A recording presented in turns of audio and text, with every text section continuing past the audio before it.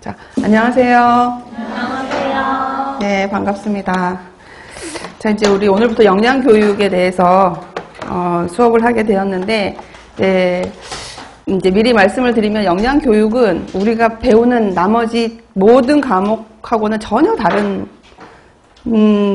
뇌를 발동을 해야 풀 수가 있어요. 그래서 이쪽은 인문자연 쪽이기 때문에 사람의 마음을 읽어야지 정답을 찾을 수 있는 거예요. 공부를 해서 되는 게 아니고, 다른 과목들은 배운 대로 외워서 답을 쓰면 되는데, 이거는 문제도 내가 잘 이해해야 하고, 문제를 낸 사람이 어떤 마음으로 냈는지도 이해를 해야 되고, 문제 속의 상황이 무엇인지도 이해를 해야 돼서 약간 다른 뇌를 써야지 되는 상황이다라는 것 좀 이해를 하고, 어떤 부분에서는 조금 새로울 수도 있고, 뭐라 그러죠? 좀 상큼할 수도 있는데, 어떻게 생각하면 답답할 수도 있어요. 왜 딱 답이 안 나오는 거야? 이거일 수도 있고 저거일 수도 있고 이런 답들이 좀 있어가지고, 근데 다행인 거는 우리가 이거를 공부를 해서 뭐 발표를 하는 게 아니고 시험을 치는 거잖아요. 그래서 이거일 수도 있고 저거일 수도 있는 문제는 나오지 않는다.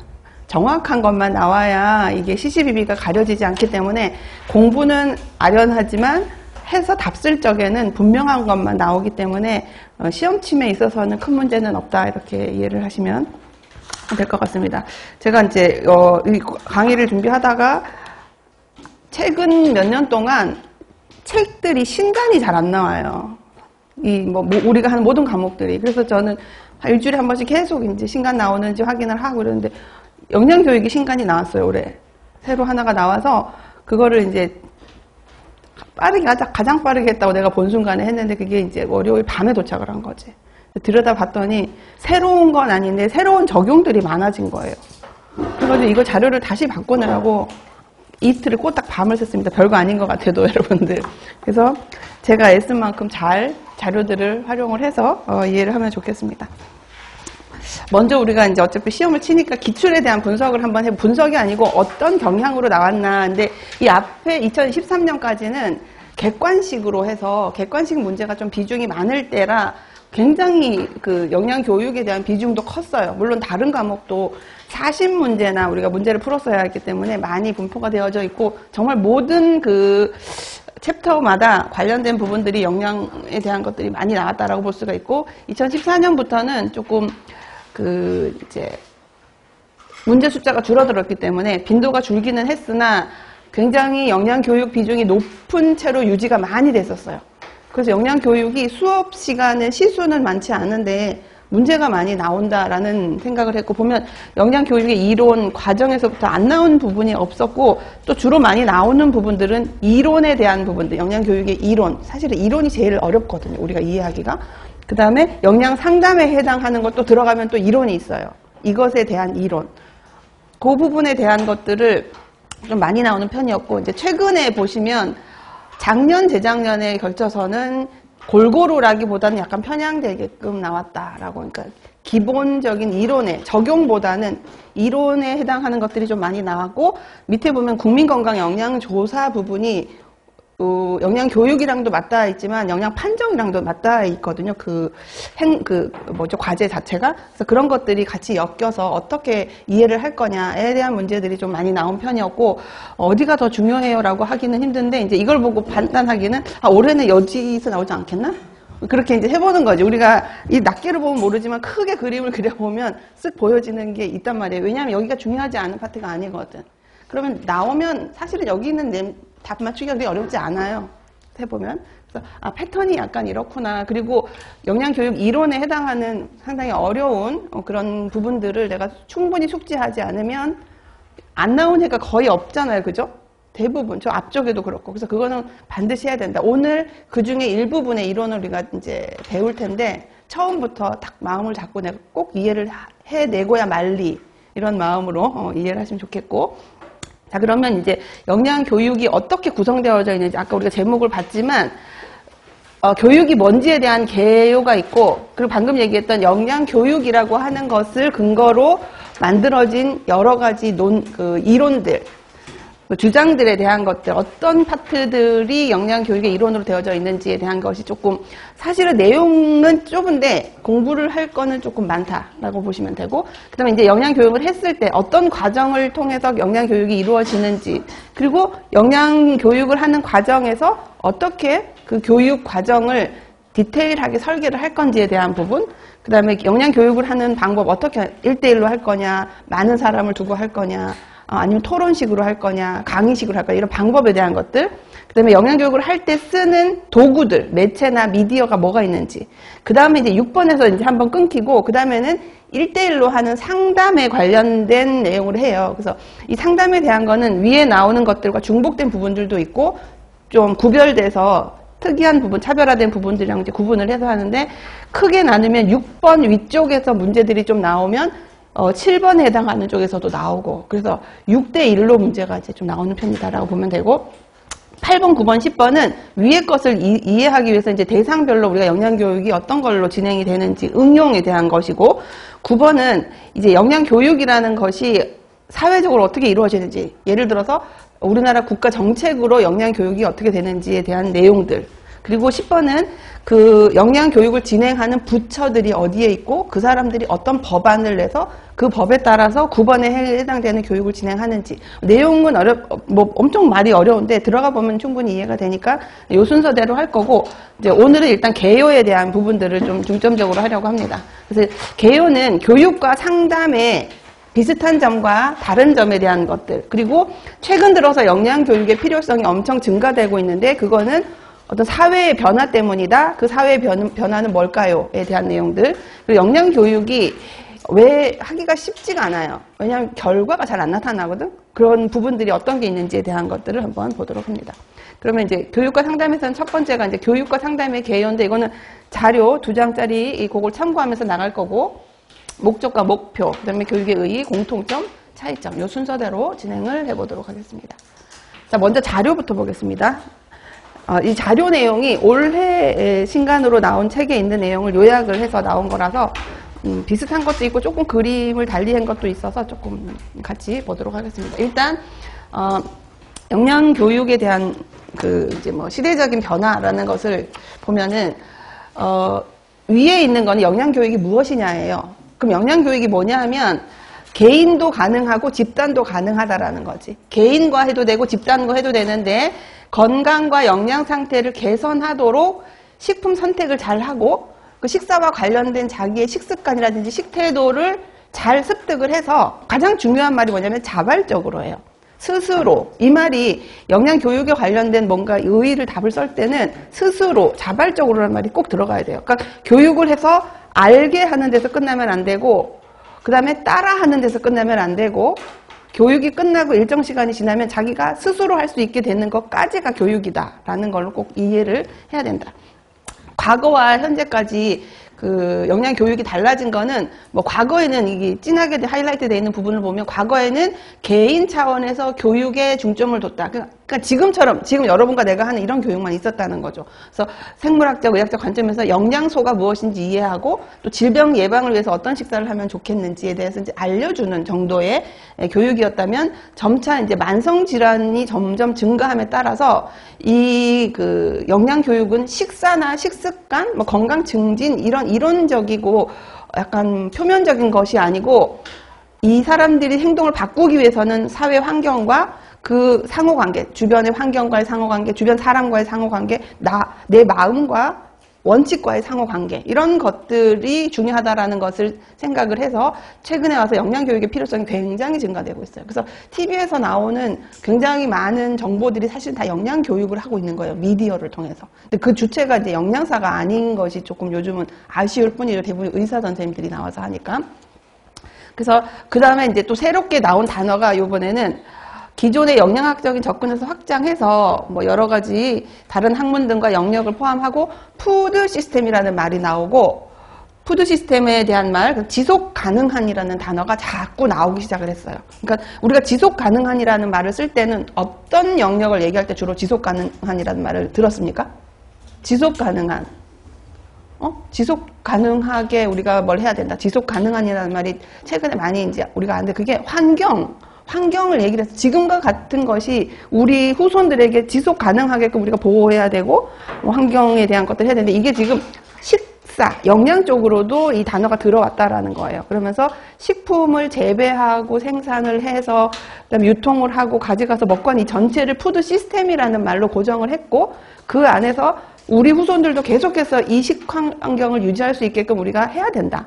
지금도 마찬가지고 그렇게 식생활 교육을 해야 된다라는 쪽으로 이제 패러다임이 바뀌고 있구나라는 거를 이제 이해할 수 있었고 그 다음에 방금 얘기했었던 내용은 영양 교육과 상담을 포괄적으로 얘기했는 거라면 이건 상담은 이제 1대1에 대한 거잖아요. 그래서 상담은 교육과 거의 목표는 유사하지만 상담을 통해서 도움을 받는 사람이 특정되어져 있다. 대중을 위한 교육이 아니고 이 사람만을 위해서 내가 소통을 한다는 거예요. 그래서 상담은 개별 대상자의 요구에 따라서 맞춤 중재를 해주는 거다. 자, 중재라고 하는 말이 어려우면 간섭이라고 얘기하기로 했죠. 이 사람이 잘못하고 있는 걸 내가 들어가서 고치게 자꾸 잔소리를 한다는 거예요.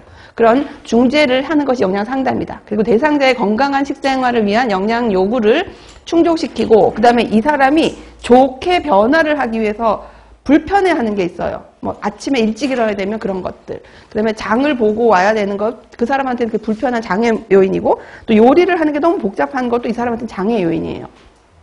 그러한 장애물을 어떻게 해결하면 좋은지 그 사람에게 맞는 이런 상담 모델을 설계하고 어떤 방법으로 하는 게 좋겠나. 이 사람은 막 직면을 해갖고 막 강력하게 얘기를 해서 너 틀렸어 이렇게 해야 옳은 사람이 있는가 하면 막 위로해주고 공감해주면서 해야 하는 사람들도 있는 거예요. 이 사람의 성향에 따라서. 그런 것들을 잘 판단해서 설계를 해라. 그리고 그 사람의 경험, 감정, 생각, 행동에 중점을 줘서 그 잘못된 식습관을 개선해가는 과정에서 너만 해라는 것이 아니고 상호작용. 상담하는 사람과 내담자가 상호작용을 통해서 하는 거다라는 것이 이 영양상담에서 가장 중요한 두 가지 단어입니다. 맞춤 중재와 소통, 상호작용을 통해서 하는 거다. 의의는 뭐 이건 아주 이론적인 건데 예를 들어서 식습관이라 함은 평생 동안 형성이 되고 그것이 형성되는 과정에서 우리 주변의 많은 것들과 관여를 하고 있습니다 라는 거예요. 그리고 흡연이나 음주와 같이 내가 선택해서 하는 것이 아니고 반드시 필수적으로 해야 되는 것이 식사이기 때문에 이런 것들은 연결되어져 있는 요인들이 굉장히 많다. 근데 그것들이 서로 상충되는 요인들이 있기 때문에 그 요인들이 사실은 이 변화할 적에 확 받아들여서 확 바꾸기가 쉽지 않다라는 거죠. 그러니까 내가 너무 싫어라는 거죠. 나한테 이 가치는 크게 중요하지 않아. 이러면 안 바꿔요, 이 사람은.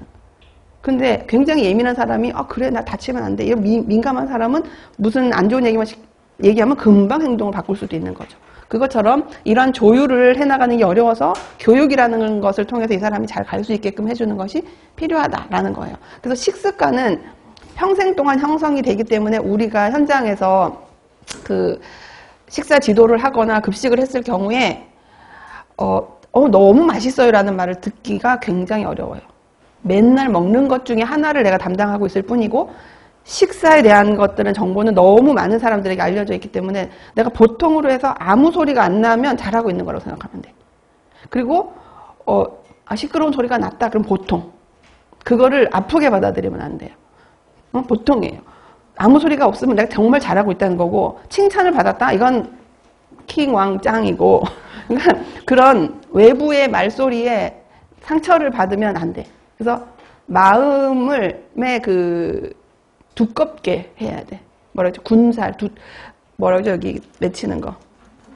굳은 살을 해놔야지 이걸로는 여러분들이 평생 이 길을 간다고 하면 해마다 그 해에 그 월에 똑같은 불만 옵니다. 통계를 내보면. 왜냐면 그거는 내 문제가 아니고 계절 탓이고 그때의 문제예요. 제가 있을 땐 학교는 아니었지만 산업체에 있으면 똑같은 레시피로 큰 변화 없이 내도 월급날 지나서 하면 맛있대. 돈이 좀 있거든. 맛이 있다 그래요. 근데 이제 막 월급 전쯤 돼서 막 돈이 궁하고 막 결제될 거에 대한 스트레스가 많잖아, 이 사람들이. 그러면 표출할 데가 없으니까 밥이 맛이 없다 그래요. 밥이 맛이 없다 그래. 그러니까 이거는 굉장히 주관적인 것이기 때문에 여러분들이 개인 한 사람, 큰 문제가 없어 개인 한 사람의 불만에 대한 것을 가지고 어떡하지 고민할 필요가 절대 없다라는 걸 내가 미리 얘기를 합니다. 내가 거기에다가 무슨 약을 다 타거나 식중독을 일으킬 만큼 큰 잘못을 하지 않았으면 잘하고 있는 거예요. 그리고 당당해야 돼. 당당해야 되고, 예를 들어, 모두 우리가 학교를 갈 거니까 학교에 있는 100명 이상이 되는 이제 교과 과목 선생님들도 있을 거 아니에요. 그 중에서 역량에 대해서 내가 제일 잘 알아. 누가 뭐라 얘기를 해도 내 말이 옳아요. 그거는 자격증이 말해주는 힘이에요. 그러니까 내가 하나도 몰라. 여러분들이 머리가 하얘. 어떻게 겨우 간당간당하게 합격을 했어. 갔더니 밥 잘 못하겠어. 그래도 외부에서 볼 때는 여러분들이 프로페셔널이라는 거, 전문가로 인정하기 때문에 내가 하는 말에 힘이 실릴 수가 있어서 당당해라. 나는 그 말을 엄청 하고 싶어요. 그래도 아무도 뭐라 하는 사람이 없어. 대부분 우리 영양사들은 스스로가 위축이 돼. 내가 뭐 잘못한 거 아니야? 아, 그래요? 죄송합니다. 막 이렇게 나오는데, 죄송하라는 말을 하지 말라는 게 아니고, 원인을 분석해서 내 잘못이 확실하면 딱 하나 있어요, 여러분들. 내가 잘못을 인정하는 즉시 사과해야 돼요. 담고 있어서 시간이 지나서 반성하거나 사과할 타이밍을 놓치면 이게 눈덩이처럼 커져가. 근데 이게 굉장히 어려운 일이에요. 내 잘못을 내 입으로 인정을 하고 컴플레인 한 사람한테 미안하다고, 그러니까 겉으로 미안해요 이게 아니고 정말 미안합니다라고 말하는 거는 자존심도 상하고 힘든 일이에요. 굉장히 힘든 일인데 그걸 해내면 굉장히 자유로워져. 즉각 사과하라. 저 사람 말만 하면 사과하네. 이런 말을 들을 정도로 진심으로 그 문제를 빨리 수습하려면 즉각적인 사과를 해야 돼. 제가 우리 딸한테도 그 얘기를 하거든. 뭐 잘못을 하면 숨기고 거짓말하지 말고 즉각적으로 사과해라. 바보같이라도. 그렇게 해라 그랬더니 걔가 뭐 얘기하다가 엄마 즉각적인 사과 오늘 하고 왔어. 막 이러고 그렇게 얘기를 하는 거예요. 내가 경험한 건 또 뭐냐면 좀 다른 케이스이긴 한데 중학교 3년 동안 우리 아이를 괴롭히는 남자애가 있었어. 너무 힘들어하는 거야. 근데 내가 이렇게 멀리서 보면 별일이 아닌데 얘는 너무 상처를 받는 거야. 그리고 그놈이 하는 짓이 아주 영악해. 외부에서는 모르게끔 얘를 막 이렇게 괴롭히는 거야. 뭐 말하기에는 조금 뭐 그런 걸로 그러냐 이런 정도인데 본인이 느끼기에는 좀. 그래서 그때가 코로나 때이긴 했지만 올해가 이제 반장이 된 거예요. 그럼 선생님들이 이런 유인물들을 주잖아. 그럼 나눠주잖아. 나눠주면 우리 딸이 만진 거를 만질 때는 이렇게 만지는 거야. 그러니까 그게 얼마나 자존심이 상하는 거냐고. 그리고 어쩌다 이렇게 스쳤어. 그러면 그때는 학교 방마다 손 소독제가 있었잖아. 막 가서 씻는 거야. 그러니까 얘가 그 스트레스가 누적이 되니까 약간 공포감을 얘가 이제 하면서 걔네 무리들이 있는 곳 앞을 못 지나가게 되는 거예요. 자꾸 누적이 되니까. 그리고 내가 이제 개입을 하면 이게 부모님들이 알게 되고 학폭으로 가게 되고 막 이렇게 되니까 내가 개입을 못하고 얘가 계속 했던 말이 없는 것처럼 생각을 해라. 뭐 그런 거는 빨리 잊어라. 막 이렇게 얘기를 했는데 지나고 봤더니 그게 더 얘를 힘들게 했던 거였더라고요. 그렇게 하면 안 되는 거였더라고. 그러니까 이제 내가 그렇게 얘기를 하면 나는 너무 중한데 엄마는 이걸 너무 가볍게 생각하네. 이렇게 돼버린대. 그래서 공감을 못하는 것에 대한 스트레스 때문에 얘가 더 힘들어진다는 거야. 엄마도 내 편이 아니구나. 이렇게 된다는 거예요. 그래서 내가 이걸 말하는 거는 그래서 3학년 한 가을쯤에 이제 얘가 또 완전히 부딪힌 거야. 다른 반이었음에도 불구하고. 그래서 제가 사실은 해마다 담임선생님한테 그 다음 해에 얘하고 한반다역지 말게 해달라는 요청을 계속 했어요. 그러니까 학교에서는 알아. 이제 불편해하는 거를.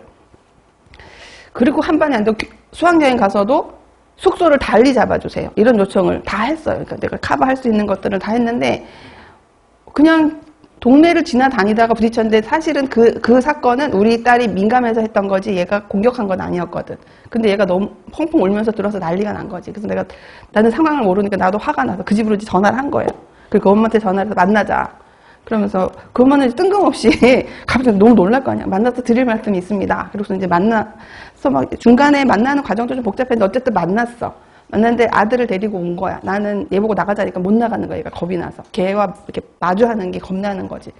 그러면서 펑펑 우는 소리를 이 엄마가 들었는 거예요. 못 나간다고 하는 소리를. 그러니까 위기를 느낀 거야. 그러면 안 나와도 된다, 얘는. 그리고 걔한테 미안하다고 아줌마가 얘기하더라고 전해주세요. 이렇게 이제 수습을 이제 해 들어가는 거예요. 만났을 때 내가 가장 두려워했었던 건 뭐냐면 얘가 너무 당당할까봐 굉장히 두려웠어. 그랬는데 아닌 거야. 그냥 별거 아닌 거야. 내가 봤더니. 그래서 내가 우리 딸이 있을 때마다 상처받을 때마다 내가 일기를 쓰라고 그랬거든. 자료를 남겨야겠다라고. 언제 무슨 일이 생기면 그걸 갖다 보여줘야 되니까. 쓰면서 조금 해소도 되고 증거도 남기고 이렇게 해서 그걸 책을 들고 이제 3년 동안 만들어 놓은 책을 들고 이제 아니, 그런 날이 올 거란 생각을 했고, 이제 돼서 그 노트 가져와. 그래서 이제 가져가서 이제 날짜 다 나오지. 주변에 있었던, 누가 있었는지도 다 적으라 그래. 디테일하게. 그리고 내가 썼다 그리고 가지고 와서 읽어보면 누가 옆에 있었어? 그럼 내가 적어 놓기도 하고. 그래서 이 상황을 다 정리를 했단 말이지. 그리고 가서 이제 얘기를 했더니 얘가 건건이 다 변명을 하는 거야. 구질구질하다는 생각이 내가 들었던 거지. 내가 입장에서는. 그래서 얘가 어떤 것도 있었냐면 상담을 할 때 자기 반에서 상담을 했는데 걔가 주번이라서 칠판을 지우고 있었던 거예요. 그래서 우리 딸 선생님이 얘기하다가 그래, 그러니까 너가 그럼 쟤를 한번 불러봐 이렇게 얘기했던 거지. 3명이 한 공간에 있으니까. 그래서 걔가 뭐 철수면 철수야 이렇게 불렀어. 이제 아는 척을 안 하는 거야. 그래서 한 번 더 불러봐 그랬던 거지. 얘는 앞에 있고 이제 상담을 뒤에서 하니까 누구야? 그러고 했는데 분명히 쩡쩡 울리더한테 대답을 안 하더래. 선생님이 불렀어. 누구야? 이렇게 했더니 네? 이렇게 돌아본 거예요. 그것도 내가 다 적어놨거든. 그렇게 했는데 왜 그랬냐 그랬더니 얘도 기억을 하는 거야. 안 들렸대. 그래서 내가 그랬니? 그냥 그러고 아무튼 그러니까 얘가 이제 약간 긴장을 한 거지. 자기 것들이 다 남아있다는 걸. 그래서 뭐도 이랬던 걸 얘기를 했더니 뭐 다 구질구질하 그때는 그랬고 이때는 이랬고 이때는 내가 어쨌 막 얘기를 하는 거야. 그래서 내가 아, 너 별거 아니구나 이제 생각이 딱 들어서 내가 걱정했던 거는 이렇게 했던 거지. 걔가 당당하게 어머니 이렇게 얘기하면서 제가 사실은 왜 걔네들은 그렇게 접근을 하니까 어머니 이렇게 하거든. 자기 친구 엄마한테는.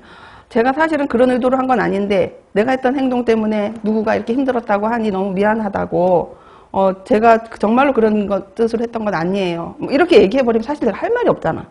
그랬니? 밖에 안 되는데 그렇게 하지 않고 이렇게 하니까 너무 쪼잔한 거야. 그래서 왜 그랬냐? 그랬더니 중학교 올라올 때 얘네 학교에 있던 남자애들이 니네 반에 있는 누구가 굉장히 이제 무섭다는, 세다는 거야. 그래서 잘못하면 너 걔한테 맞아. 막 이렇게 됐던 거야. 그러니까 얘는 얘를 알아볼 기회도 없이 이제 친해지지 않기로 작정을 해버린 거야. 그러면서 배척하는, 그러니까 우리 딸은 아무 짓도 자기는 한 게 없는데, 그러니까 얘는 계속 다가갔어. 왜 그러냐. 그런데 말도 안 섞어주고 그러니까 얘가 마음의 벽이 너무 심해진 거지. 그래서 얘기를 다 끝내고 얘기했어. 누구야, 내가 그러면 오늘 가서 우리 딸한테 너가 미안해 하더라 라는 말을 전해도 되겠냐. 그랬더니 해도 되겠대. 지연이가 지금 안 나오니까, 말을 해버렸네? 안 나오니까 어머니가 전해주시면 되겠습니다. 이렇게 얘기를 한 거야. 그래, 알겠다. 그랬더니 그 엄마는 왜 그랬냐고 하면서 애를 막 마무라는 거야. 너가 사람을 겪어보지도 않고 그러면 걔가 얼마나 상처가 크겠냐. 막 얘기를 하면서 그러지 말고 네가 가서 학교 가서 누구야 내가 미안하다 이렇게 네가 직접 얘기를 해. 그런데 대답을 안 하더라고. 그래서 내가 지금 어머니가 얘기하는 건 굉장히 용기가 필요한 일인데 넌 그건 힘들어서 못할 수도 있다. 억지로 하지는 말고 내가 오늘 전해주는 걸로 끝을 내자. 근데 네가 혹시 마음이 동하면 그렇게 해주면 풀릴 수 있을 것 같아. 이렇게 얘기를 했거든. 그랬더니 이제 우리 딸은 걔가 그렇게 전해달라는 말 하나만으로도 많이 풀린 거예요. 정말 미안하다고 했어. 뭐 이러면서.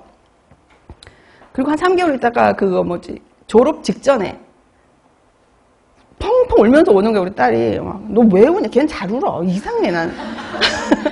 막 울면서. 왜? 그러니까 오늘 걔가 찾아와서 이렇게 사과를 했다는 거야. 누구야? 미안하다고. 이게 그냥 터져버린 거야. 그리고서는 하루 종일 울었대. 담임선생님도 전화하고. 지연이가 오늘 무슨 일인지 모르겠는데 계속 울어요. 그래서 그러더라고. 또 말했지. 아무튼 그런 거예요. 그래서 내가 말하는 건 뭐냐면, 즉각적으로 사과를 해버리면, 그리고 당당하게 사과를 하면 겁을 먹어요, 상대가. 근데 자꾸 변명을 하잖아. 예를 들어 급식에 대한 문제여서 어머니 그게 아니고 뭐가 아니고 막 이렇게 자꾸 이날은 이랬고 저는 이렇게 했고 저는 정말 막 이렇게 자꾸 얘기를 하면 어머니들이 그걸 안 받아들인단 말이에요. 내가 어머니여 봤잖아. 그 말을 안 받아들이고 싶은 거야. 변명이라고 느껴지는 거지. 그러니까 일단은 알겠다. 불편을 끼쳐서 죄송합니다. 제가 상황을 한번 보고 다시 피드백 드릴게요. 이렇게 얘기를 해야 돼요. 무슨 말인지 알겠죠? 쭈글쭈글해지지 말라고. 그렇게 해야 상대방이 그런 부분들에 대해서 이제 인정을 해준다는 거지. 내 말에 대한 힘을. 내가 자꾸 이야기를 하는 거는 이 1년 동안 좀 맷집을 키우라고. 어떤 공격이 들어올지 몰라요. 이건 이제 내가 최악을 경험한 사람이라 알아요. 상황에 대해서. 그래서 내가 경험한 것이 아니고 내 주변에 있는 사람들이 영양교사를 공격을 했던 거를 내가 본 바가 있어서 답이 안 나와. 그래서 그 이제 이야기를 처음부터 하는 건데, 그러니까 쎄란 얘기가 아니고 당당해지라는 얘기를 하는 겁니다. 반듯하게 딱 체계를 잡아서 해주고, 안 좋은 것이 오면 제가 문서로 피드백 해드리겠습니다. 그리고 설명을 해서 문서로 가면 일단 감정이 한번 접어질 기회가 있게 되거든. 그러니까 어려운 일은 대화를 할 필요가 없고, 컴플레인 내용을 문서로 보내주시면 제가 문서로 답변을 해드릴게요. 이렇게 하면서 약간 소강 상태를 갖는 게 굉장히 필요해요. 학교가 시작이 되면 초중고 중 정도는 식사에 관심이 굉장히 많아, 엄마들이. 그러니까 그것을 미리 얘기를 해야 돼. 컴플레인 사항이 있으면 학부모회를 통해서 저에게 문서로 전달해주면 제가 정확하게 답변을 해드릴 거다. 직접적으로 특별한 사항이 아니면 급식실로 전화를 직접 부모님이 하는 것은 좀 하지 말아달라. 이거를 학교 측에도 요청을 해야 되고 학부모회에도 요청을 해야 돼요. 그러니까 여러분들이 자기 보호책을 만들어 가야 돼. 뭔 말인지 알죠? 그래서 몇 년 전에도 계속 안타까운 얘기들이 들리니까 내가 너무 속이 상한 거지. 그래서 그런 것들을 할 수 없어. 이제 여러분들한테 여기다 갑옷을 채워서 대방을 졸업시키는 수밖에 없겠다. 합격을 하는 거는 이제 여러분들의 몫이고 나도 최선을 다하겠지만 가서 일하는 동안에 스트레스를 잘 해소할 수 있는 그 단단함은 갖추고 가야 된다라는 걸 제가 몇 번 특히 영양교육 시간에 엄청 얘기하게 될 거예요. 아마. 그래서 아무튼 그렇게 됐고, 그래서 이 식습관은 늘 일상이기 때문에 우리가 그것을 업으로 하고 있는 사람으로서는 컴플레인을 많이 받을 수밖에 없다라는 걸 이미 알아야 될 것이고, 그 다음에 중요한 얘기가 나와요. 영양교육과 상담은 그것을 해야지 되는데 필요한 지식과 기술을 배우고, 그리고 그것을 해야겠구나라고 하는 태도는 이제부터 제가 마음이라는 말로 표현을 많이 할 거예요. 마음을 먹어야 돼. 그래서 배우고 마음을 먹고 행동하는 것까지를 얘기를 하는데 이것을 우리가 KAB라고 얘기를 합니다. KAB라는 과정은 영양교육에서 진행이 되는 과정이기도 해요. 근데 KAB 모델이라는 것이 있어요. 그거는 무슨 뜻인가 하면 사람들이 행동하지 않는 이유는 우리가 이제 건강신념 모델에서 하겠지만 사람들이 행동을 변화하지 않는 이유는 몰라서야 라고 인지를 하는 거예요. 그러면 어떻게만 해주면 돼? 알려주면 이 사람이 마음을 변화시켜서 행동을 할 거야 라는 가설을 세운 거예요. 근데 사실 그런가? 아니잖아. 가르쳐주는 것에서 머리에 아는 것까지는 내가 확인을 할 수가 있지만 이 사람이 마음이 변하려면 다른 요인들이 필요할 때가 있어요. 그리고 마음을 먹었지만 행동으로 넘어갈 때도 다른 요인이 들어야 최종적인 행동이 움직여지는 거기 때문에 몰라서 안 하게 된다라고 하는 가설은 뭐예요? 단점이 많은 거지. 그래서 그런 것들을 보완하기 위해서 많은 이론들이 이제 우리가 앞으로 배우게 될 거예요. 아무튼 이런 시스템으로 돌아간다라는 거 이해하고, 그 다음에 식생활은 뭐 건강 증진을 위해서 기본적이고 필수적인 조건이다. 그런데 문제는 이런 것들이 시대적인 배경에 영향을 받는다. 그러니까 이 시대에 따라서 영향을 받는 요인들이 다르고 또 다른 문화권에서도 영향을 받는 요인들이 다르기 때문에 개인이나 집단에 있어서 이런 것을 선택할 적에는 그 사람들이 가진 문화 혹은 경험 이런 것들에 대해서 우선순위를 가지면서 그 사람을 접근해야 된다. 딱 정해놓은 대로 무조건 해야 될 필요는 없다라는 얘기를 하고 있습니다. 그 다음에 현 시대에서는 사회문화 배경을 고려함으로써 특징과 문화적인 가치에 기반한 개인, 집단, 식생활 특성 환경을 이해해야 된다. 그리고 올바른 식사 지침을 제공할 수 있도록 어떻게 교육해야 되는지 그 방법에 대한 개발이 필요하다. 전략적인 개발, 전략에 대한 개발, 그리고 그것을 어떻게 제공해야 되는지 방법에 대한 연구도 굉장히 필요하다라는 것. 이걸 다 우리가 이 다음에 배우는 단원들에서 나누어서 설명을 하도록 하겠습니다.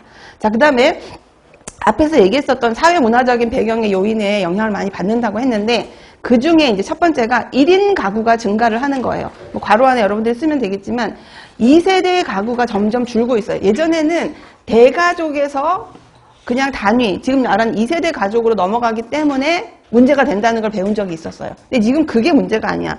2세대 가족도 붕괴가 되고 1인 가족이 많아지고 있다는 것이 문제가 되고 1인 가구 비율이 가파르게 상승하고 있습니다. 그런데 이 1인 가구의 식생활을 분석을 해봤더니 문제가 많더라. 뭐냐면 밥 먹는 거에 대한 만족감이 별로 없다는 거죠.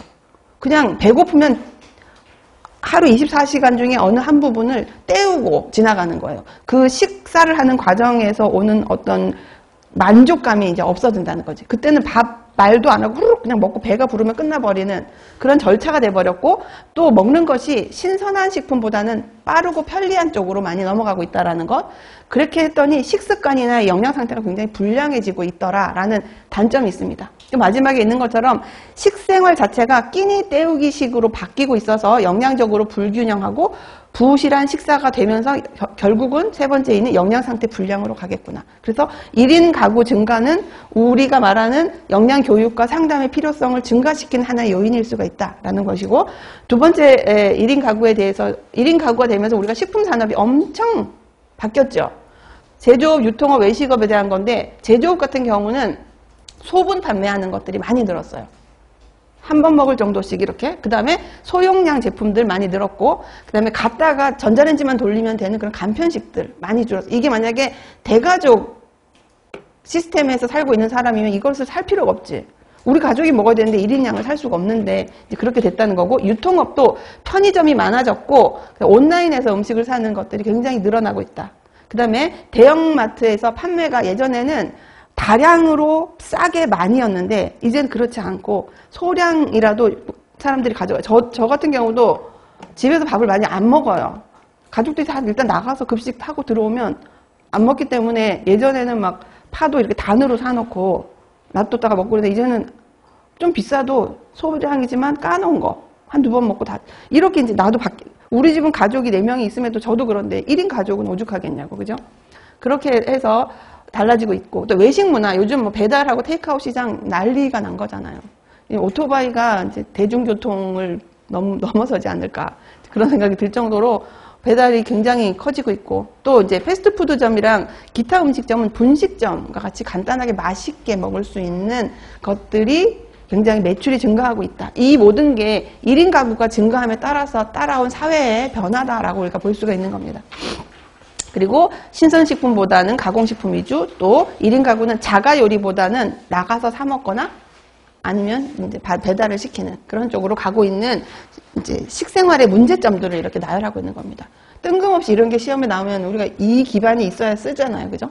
그러니까 한번 읽어보는 개념으로 했고, 그 다음에 고령화가 나왔는데, 고령화 문제는 우리가 예전에는 기본적으로 간단하게 생각을 했어. 아, 출산율이 낮고 또 사망률이 줄어드니까 당연히 고령사회가 된다. 그래서 고령 인구들에 대한 영양교육이 필요하다라는 것만 있었는데, 이제 새로운 접근이 뭐냐면 어떤 노인 인구의 비중이 증가하는지 한번 맞춰볼게요. 질병 예방 및 치료에 대한 접근성이 향상되면서, 이 말은 나이가 들면서 아파지면 병원에 가서 완치되는 확률이 높아진다는 거예요. 접근이 쉬워졌다는 거지. 치료에 대한 접근이 쉬워지고 건강한 노년을 맞이하는 노인들이 많아지고 있어요.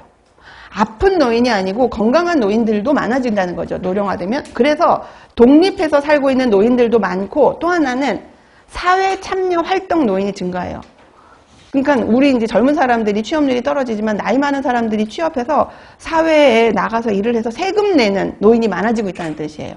그러니까 이 사람들은 어떻게 해야 돼? 직장 노인들이기 때문에 건강해야 내가 이 생활을 유지할 수 있겠구나라고 더 건강에 관심을 갖는 거죠. 그래서 노인층에서 내가 어떻게 하면 더 건강을 유지할 수 있을까에 대해서 수요가 많아지고 있어요. 노인들에 대한 건강 유지 수요. 그러면 어떻게 해야 돼?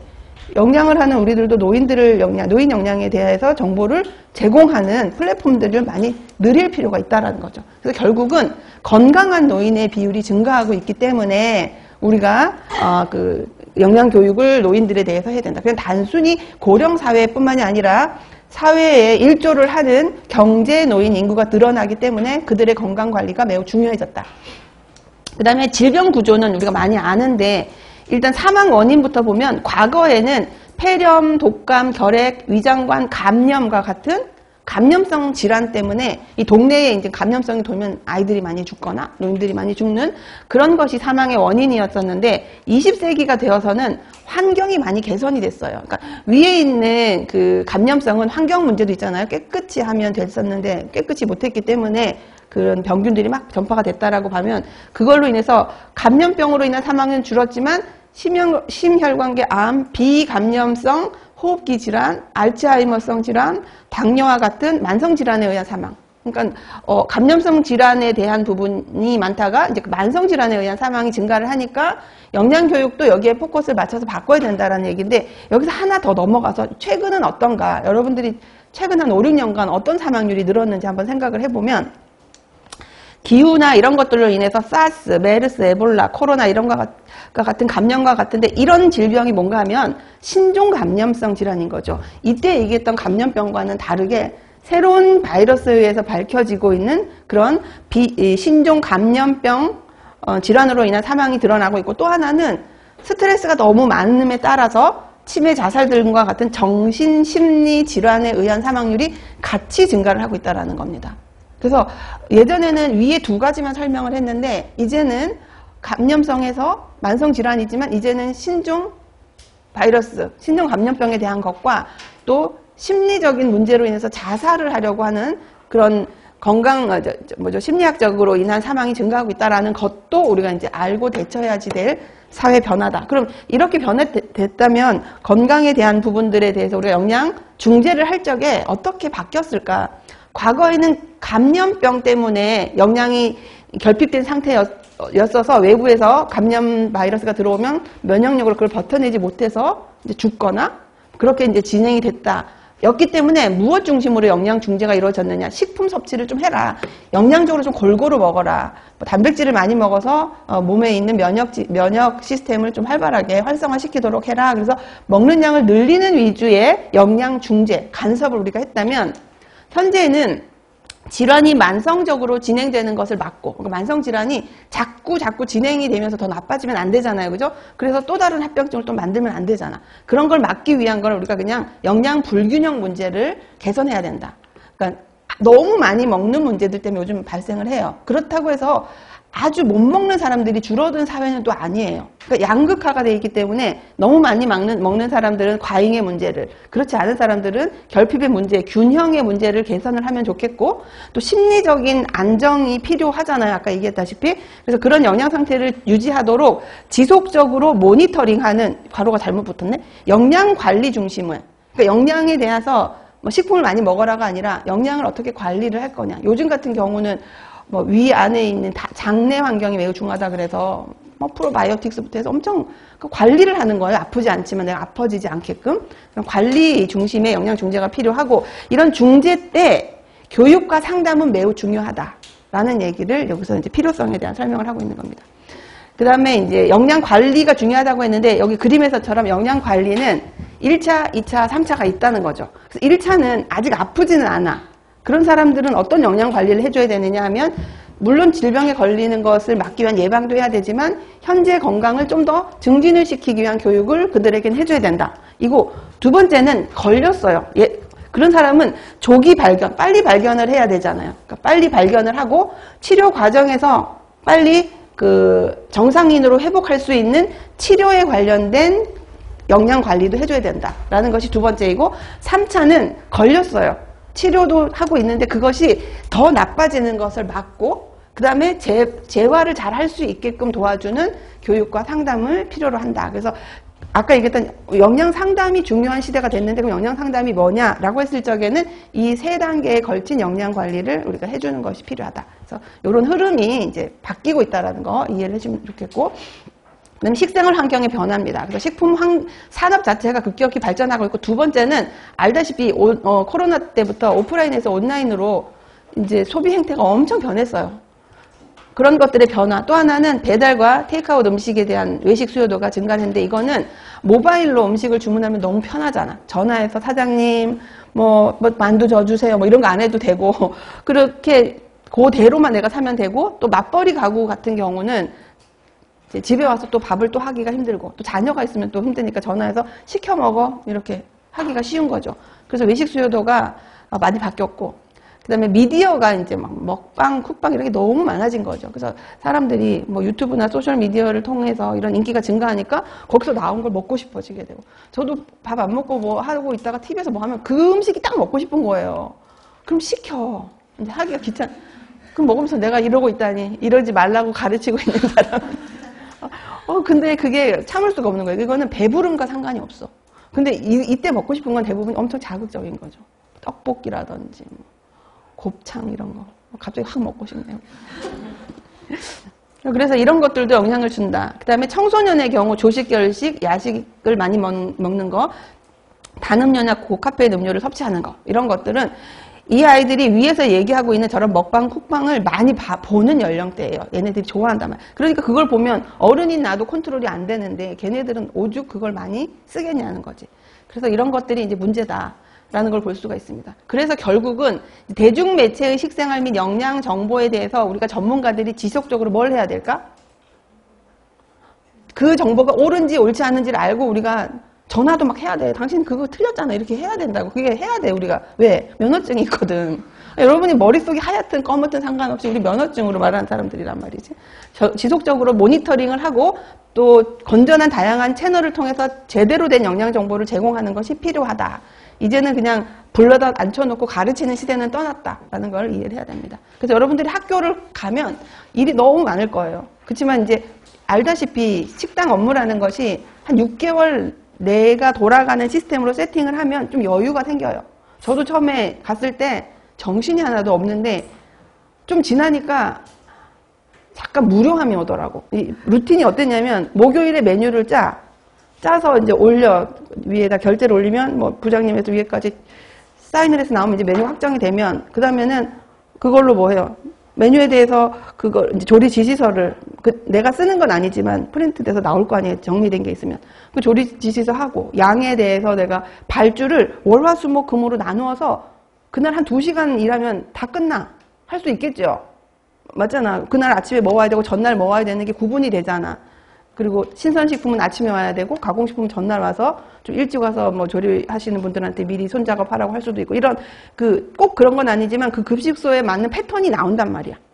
그러면 금요일 날 발주를 다 내요. 고깃집, 쌀집 뭐 다 내고 나면 그 다음 일주는 내가 할 게 없어. 사무적으로. 그냥 이제 정말 보러 감독하러 다니는 거고 너무 바빠서 미친 듯이 일할 일이 없어진단 말이에요. 그게. 그러면 이제 그때 여러분들 보고 내가 다른 무슨 공부를 좀 하든지 아니면 이런 채널 같은 거를 학교 안에서 만들어서 상담받는 채널을 한다든지 상담받는 게 부담스러우면 쌍방 말고 나만 말할 수 있도록 계속 정보만 줄 수 있는 좀 부담스러울 수 있거든. 근데 제가 그때 학부모 해야 할 적에 엄마들이 하도 뭐 소통이 되니 안 되니 막 난리를 치길래 법을 찾아봤어요. 학교 급식법에 따르는 뭐 시행령 이런 게 많거든. 그리고 해마다 급식에 관련된 책이 이만한 게 나오더라고 거기에서. 그래서 그걸 프린트를 해갖고 이제 책으로 나오는 게 아니니까 책을 만들어서 꼼꼼히 다 읽어봤어요. 읽어보니까 거기에 뭐라고 돼 있냐면 쌍방향 소통할 수 있는 채널을 만드는 것을 권고한다라는 게 나와. 학부모들이랑 학생들과. 그게 있더라고. 그래서 있으니까 하지 말란 말은 못하겠고, 근데 나는 양다리라 그랬잖아요. 학부모 쪽이기도 하고, 영양사 쪽이기도 해야 되는 상황이라서, 그래서 영양사를 만나서 이거 채널 만들자. 그럼 어머니들이 막 그렇게 얘기를 한 거. 문서로 쓰고, 거기에 또 학생 이름이랑 엄마 이름이 뜨거든. 그러면은 세게 못할 거다. 거기에다가 실명으로 하도록 해서 만들어 놓자. 이거를 못한다고 할 수 없는 게 법에 나와 있는 거예요. 규정상 하라고 돼 있어. 쌍방향 소통할 수 있는 채널을 만들 것을 권고한다라고. 여러분 나중에 가보면 근데 그게 보통 엄마들은 아니지만 내가 찾아냈잖아. 그래서 내가 이제 영양사가 아니라면 영양과 관련된 사람이 아니면 그 책을 들고 가서 영양교사한테 강력하게 요청할 수 있는 거예요. 이거 봐라 돼 있는데 너 왜 안 해? 이렇게 할 수가 있거든. 그래서 열자고 얘기를 했어. 너무 싫어하더라고. 이제 다가올 미래가 너무 고통스러운 거지. 해보고 안 좋으면 내가 닫아야 된다는 얘기도 내가 해줄 테니까 해보자. 그래서 열었어요. 그리고 이제 테스트를 한번 해봐야 되잖아. 그래서 아무도 안 하길래 내가 이제 거기다 만들어줘서 감사합니다. 좋은 소통을 통해서 뭐 아이들의 급식을 위해서 뭐 어머니들의 막 이런 걸 막 써서 올렸거든. 1년이 지났어. 그 글 나만 있어. 엄마들 안 해요. 그러니까 하라 그러면 해 그냥. 안 하려고 뻐둥이지 말고 그래요? 해야죠. 너무 좋아요. 막 이러면서 해요. 하면 거기다가 정말 글을 쓰는 사람은 문제가 있기 때문에 쓰는 거예요. 그러면 나 빨리 알아야 되잖아. 그래 고치지. 싸우자고 하는 사람은 글을 쓸 여유가 없거든. 그러니까 그거는 만들어 놓으면 나는 이제 할 도리를 다 했고 문제가 있음에도 엄마들이 말을 안 한 건 엄마들의 잘못인 거야. 그렇지 않아? 그러니까 그걸 열어놓으면 되는 거라고.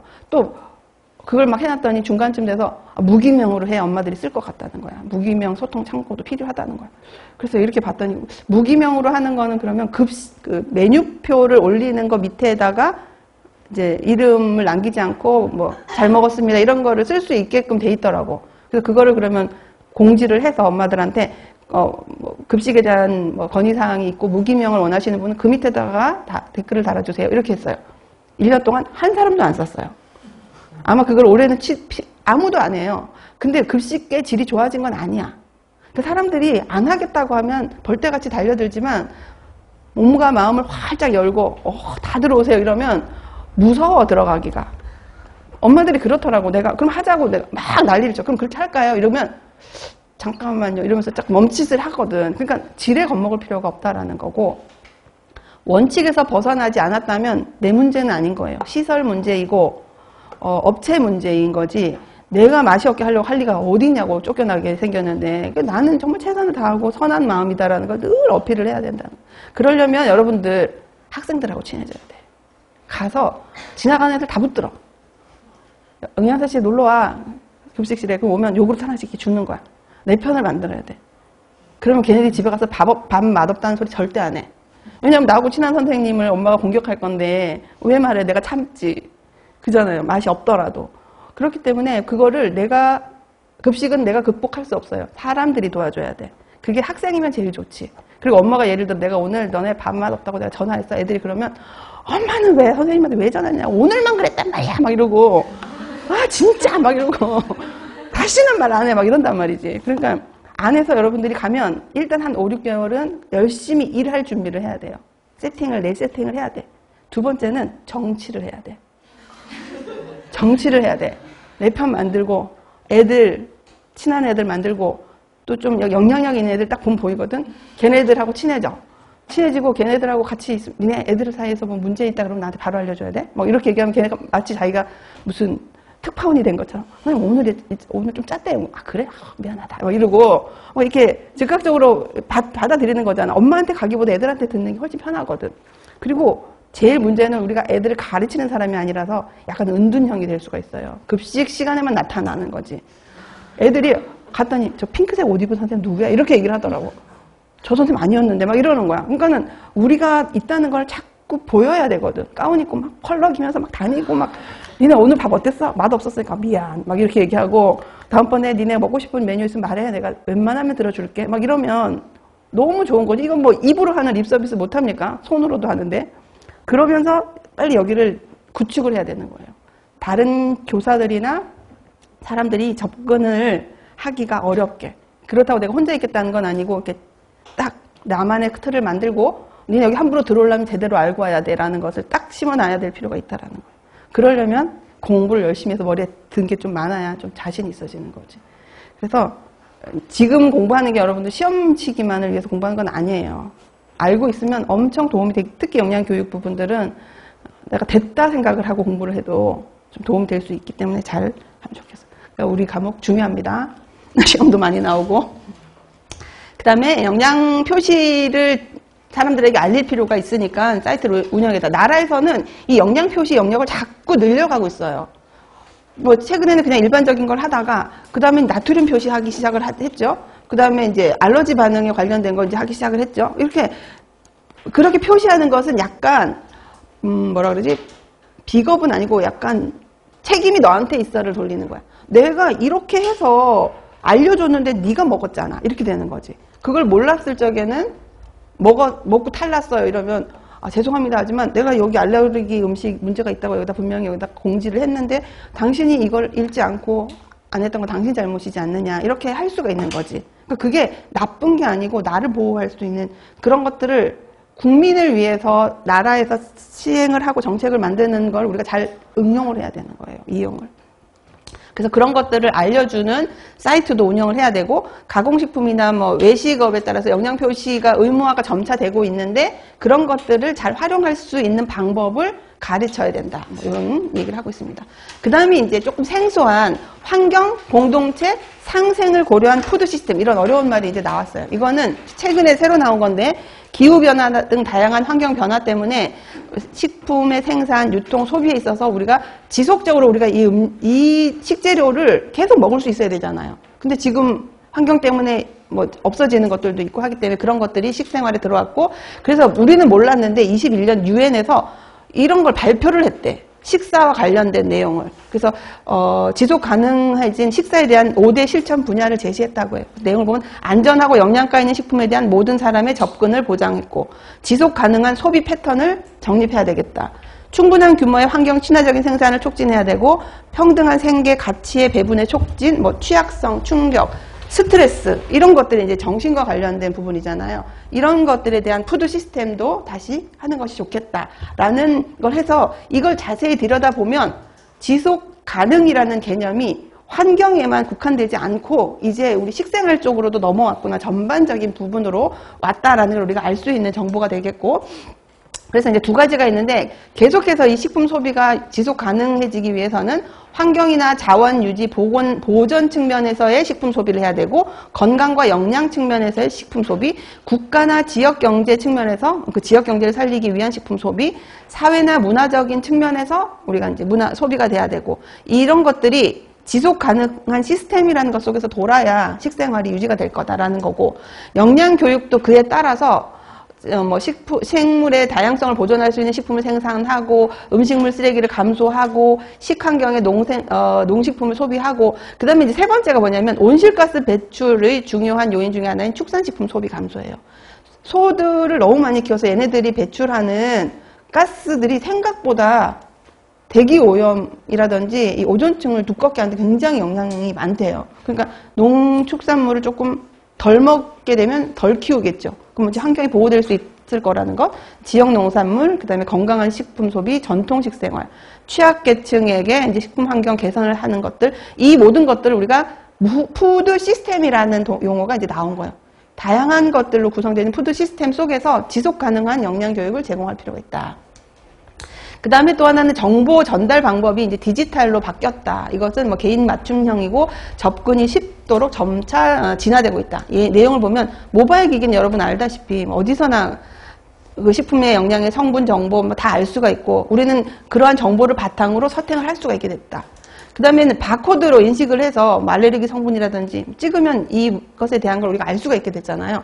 그러니까 이런 것들도 우리가 이제 다가오게 된 어떤 정보 전달의 방법이고, 그다음에 웨어러블 헬스는 이제 엄청 많아졌어요. 요즘에 뭐 시계 같은 거, 뭐 옷 같은 데도 넣어가지고 뭐 달리기, 그런 것들이 영양 성분 쪽으로도 넘어갈 수가 있다라는 거. 그다음에 빅데이터 AI 기반으로를 통해서 뭐 개인의 유전적인 요인, 장내 미생물의 상태, 대사 특성에 따라서 뭐 이런 것들을 통해서 맞춤형 그런 영양 성분 조성을 통해서 서비스, 이거는 너무 사람들이 하고 싶어 해요. 그러니까 우리가 하고 싶어 하는 게 아니고 전산하는 사람들이 이것을 상품화해서 이제 질병과 연결을 시켜서 그런 질병에 걸린 사람들이 활용하고 싶어 하는데, 넣는 데이터가 만만치가 않은 거지. 개별적이어야 하고. 그래서 당뇨는 좀 그런 게 나왔어요. 그래서 어떤 제가 아는 사람이 그거를 실생활에 적용을 하고 싶어서, 보면은 이제 좋은 걸 찍으면 내가 먹으려고 하면 장을 보러 가야 되는 일이 생기잖아. 이걸 먹으세요라고 누가 얘기를 했다면, 그렇게 하지 말고 냉장고에 있는 거를 내가 다 넣어. 거기다가 인풋을 다 지금 현재 냉장고에 있는데, 이제 그리고 나서 그것을 근거로 만들 수 있는 메뉴가 이렇게 오픈이 될 수 있게끔 하고 싶다. 그래서 나보고 도와달라 해서 난 못한다. 생각만 해도 머리가 너무 아픈 거예요. 그래서 나 못한다고 얘기를 했어요. 근데 하면 도움은 되겠죠. 사 먹지 않고 우리 집에 있는 걸 통해서 내가 나한테 맞는 것을 먹겠다니까. 그 다음에 뭐 모바일 앱을 통한 것들도 있고, 소셜 미디어를 통해서 뭐 재미있는 영양 정보를 주기도 하고, 그다음에 요즘 가상 현실 이런 것들, 증강 현실을 통해서 이제 하기도 한다라는 거죠. 그래서 우리 애가 어떤 병원에서 병원 실습 뭐 이런 것들, 고등학생을 대상으로 병원에서 하루 이런 내과에 대한 뭘 한다고 신청을 하라 그래서 된 거예요. 그래서 너무 신나서 이제 간 거지. 병원에 가면 뭐 수술하는 방이라든지 뭐 이런 걸 다 보여준다는 거지. 갔더니 이걸 뒤집어 씌우고 하더래. 너무 실망을 해가지고, 어머, 이거 나 진짜 이제 애들 발로 시체도 볼 줄 알았어. 자기는 막 해부하고 막, 시체를 널 왜 보여주냐. 네가 장의사냐. 내가 막 그러고 그랬거든. 그랬는데 이제 이런 것들이 너무 가까이 와버린 거예요. 그리고서는 같은 걸 이렇게 보면서 그 차 옆에 있는 게 간이고요. 막 이랬나 봐.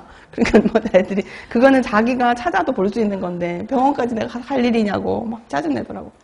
그 다음에 국가 차원에서 주는 거는 전체적으로 정부 차원에서 건강 정책이 많이 추진되고 있고 기본적으로 두 가지만 보면 국가나 지방자치단체에서 영양사업을 많이 하고 있어요. 우리가 아는 것도 있고 모르는 것도 있고. 그리고 영양사, 영양교사, 임상 영양사들을 다 현장에 배치를 해서 교육이 강화되고 확대되는 것을 이제 계속해서 서포트 해주려고 한다. 그래서 결국은 국가 차원에서 하는 일은 1번은 국민들이 질병을 예방하고 치료를 증진을 해서 건강해지는 게 원칙이지만 사실은 더 큰 숨은 뜻은 밑에 있어요. 의료비가 지출이 되는 것을 막아야 의료 재정이 고정될 거 아니에요. 우리가 계속 의료보험비를 내잖아. 근데 온 국민이 다 아프면 이제 마이너스가 나니까 사전에 안 아프게 만들겠다라는 거지. 그러면서 의료비 지출을 좀 줄이고 그다음 국민 복지에 대한 부분들을 좀 활성화시키고자 한다라는 것이 기본적이고 그래서 여기 이제 관련된 법 4개만 간단히 보고 우리 마칠 건데 이건 말고도 몇 개 있지만 4가지가 나와 있어서 학교 급식법이 이제 관련된 건데 여기에 조항이 있는데 보시면 11조가 영양관리고 13조가 식생활 지도이고 14조가 영양상담이에요. 영양관리라고 하는 것은 급식이에요. 급식 제공. 영양교사들 급식 제공하잖아요. 그죠?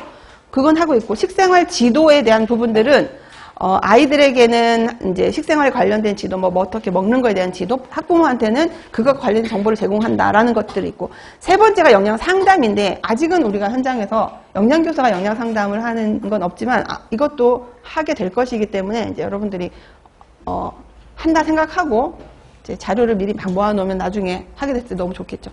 근데 여기서 이제 중요한 건 학교 급식법은 교육부 주관이다라는 걸 우리가 같이 세트로 알아야 돼요. 학교 급식법이라는 것이 있는데 이거는 교육부에서 주관하는 거다.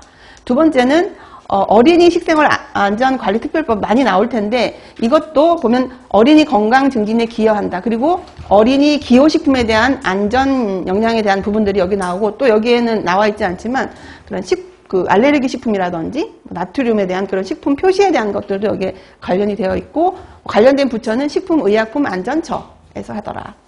그 다음에 식생활교육지원법은 농림축산식품부에서 하는데 약간 일반적인 것으로서 학교에서 식생활 교육을 해야 된다라는 법이 교육부가 아니라 농림축산식품부에 들어가 있어요. 그래서 여러분들이 예를 들어서 식생활 교육에 대한 걸 내가 할 여유가 생겼다.